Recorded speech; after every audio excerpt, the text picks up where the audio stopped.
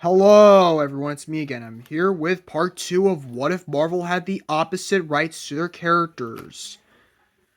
Sorry, I've been holding part two off for a long time. Forgive me. But anyways, let's just get into part two, shall we? The first movie is Spider-Man 3. It's mostly the same movie. First of all, the black suit storyline would be ditched. Venom is still the villain, but he is in the movie more often. But instead of Eddie Brock being Venom, you're allowed to think that at first it's some criminal that's Venom, but it turns out Harry was the one that had the symbiote and attacked his father and almost killed him. And there's more of a strain towards Gwen's relationship with Harry. And even Peter and MJ's relationship is starting to strain because MJ gets the feeling that because of what happened in Ultimate Alliance, she doesn't really like the idea of Peter working with other heroes. Even though Ben Riley defends this decision by saying he has to help sometimes with the bigger threats. But MJ starts to disagree. However, she also gets kidnapped. And the new Goblin storyline would be replaced with Shocker as the third villain. And Black Cat would and Scarlet Spider would help Peter face Venom, Sandman, and Shocker during the final battle. Captain Stacy would die during the final battle when saving, a kid named Miles. And yes, this is actually set up Miles Morales. And Harry would not die, but instead the symbiote is contained. And movie ends mostly the same except the funerals for Captain Stacy. And Gwen decides she can't be with Peter as a result because of MJ. But MJ's like, no, Peter. I knew what you were up to with Felicia, and I'm done. Peter initially gives up being Spider Man at first, but then he decides not to because he thinks it'd be for the best to just take a break until the time is right. Next movie is Black Panther Wakanda Forever. Movie is mostly the same, but it's more akin to the original plot Ryan Coogler had intended, with at least elements of it. Killmonger would return and he becomes more of an anti hero. And sure, he becomes the new Black Panther after, T'Challa was attacked. And Storm is there to help T'Challa. As for the villain, it's still Claw. I mean, Namor, but Claw would be manipulating Namor, as well as Atuma. Ironheart would be replaced with Storm, obviously. And during the final battle, T'Challa and Namor team up to face Claw. However, Claw escapes. While Killmonger, is help fighting off the Atlanteans, or the Talcons, as they were called. And the whole T'Challa having a secret son subplot, that would be dropped. Next movie is X-Men Sinister. The film would see the introduction of new members to the X-Men, those being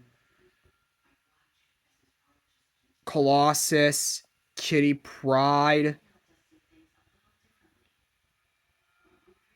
as well as Gambit. And as the title suggests, Mr. Sinister would be the villain, and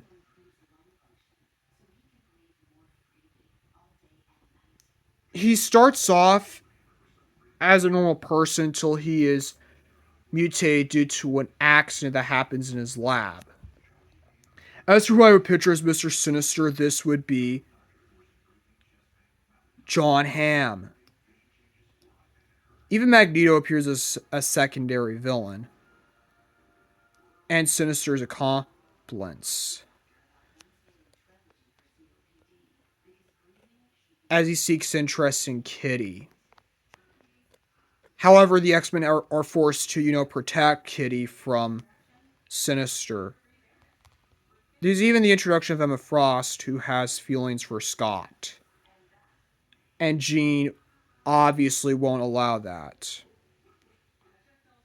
She doesn't want, Scott to be with Emma. Not that she hates Emma necessarily, but just no. There's also a subplot with Storm, having to work with the X-Men as she starts to miss T'Challa. Timeline-wise, this takes place before Black Panther Wakanda Forever. And the film would also introduce Havoc, who would be played by Lucas Till, while John Cena and Maggie Grace would play Colossus and Kitty, while Channing Tatum would play Gambit or someone closer to Catherine Langford's age. Next movie is Fantastic Four. The film is similar to Jeremy Slater's original script for Fan Four Stick because, again, I just wish that was the plot of Trank's film. Except John Krasinski would play Mr. Fantastic, Zac Efron would play Human Torch, Jamie Bell would still play the Thing, but the Invisible Woman would be played by Emily Blunt. And Toby Kebbell would play Nihilus, but he wouldn't be killed off. Whereas Doom would be played by Cillian Murphy. And he would be trapped in the negative zone at the end. But he is saved by Nihilus, who would bring him to his master. Next movie is Ultimate Alliance Extinction. Basically, the after credits scene of X-Men Sinister would set up the Sentinel storyline, with Stryker and Trask building an army of Sentinels to eliminate the mutants. And in this film, they create the Sentinels as active robots, and they would build the one who is like half human, half Sentinel. That's right, Bastion, who would be played by Stephen Lang as he would lead the Sentinels. This forces the X-Men and Black Panther to team up again. Even Spider-Man, who comes out of hiding. But this also happens to be the film where the Fantastic Four would join the Ultimate Alliance.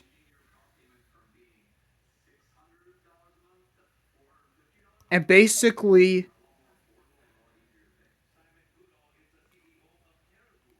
someone named Alistair Smythe would come and be a part of the Sentinel program as he is equipped with Sentinel programming in his robots known as the Spider Slayers. And this also comes from the help of his mentor, Miles Warren. During the final battle, chaos ensues. Bastion turns on Trask and Stryker, killing them. Deadpool would join the final battle. Smythe is injured. And Jean dies, destroying the Sentinels. Thus, the X-Men hold a funeral for Jean, knowing they lost a crucial member. And Quicksilver is also left injured, but survives. But Peter becomes Spider-Man again. However, he mourns Ben Reilly, who also would have died during the final battle. But he meets Miles Morales, who he promises to make his new sidekick, and would not allow the same mistake to happen again. It's also revealed that in this film, he and Felicia are now dating. The after credits scene would show Alistair Smythe in a new Spire Slayer body, thanks to the help of Miles Warren and Otto Octavius. Next movie is Daredevil, which concludes Phase 2. The film would be the same plot as Season 1 of Daredevil, except it's a movie. And that's pretty much it, if I'm being honest. However, Elektra is set up. And during the final battle, Bullseye attempts to assassinate Kingpin. However, Kingpin is left wounded, and so Daredevil has to force himself to save Fisk by taking down Bullseye. After Bullseye killed Jack Murdock, who is, of course, Matt's father. And in the end, he almost kills Bullseye, but stops himself. And in the end, he becomes a vigilante, feared in New York. Because he becomes somewhat of a controversial hero in which his actions are compared to Spider-Man, in which, while Spider-Man doesn't attack and kill his villains, Daredevil is at points where he nearly does. And the presence of Daredevil actually interests Spider-Man because Peter doesn't believe Daredevil to be a villain, but someone he believes he could reason with. And that's it for Phase 2 of What If Marvel Had the Opposite Rights.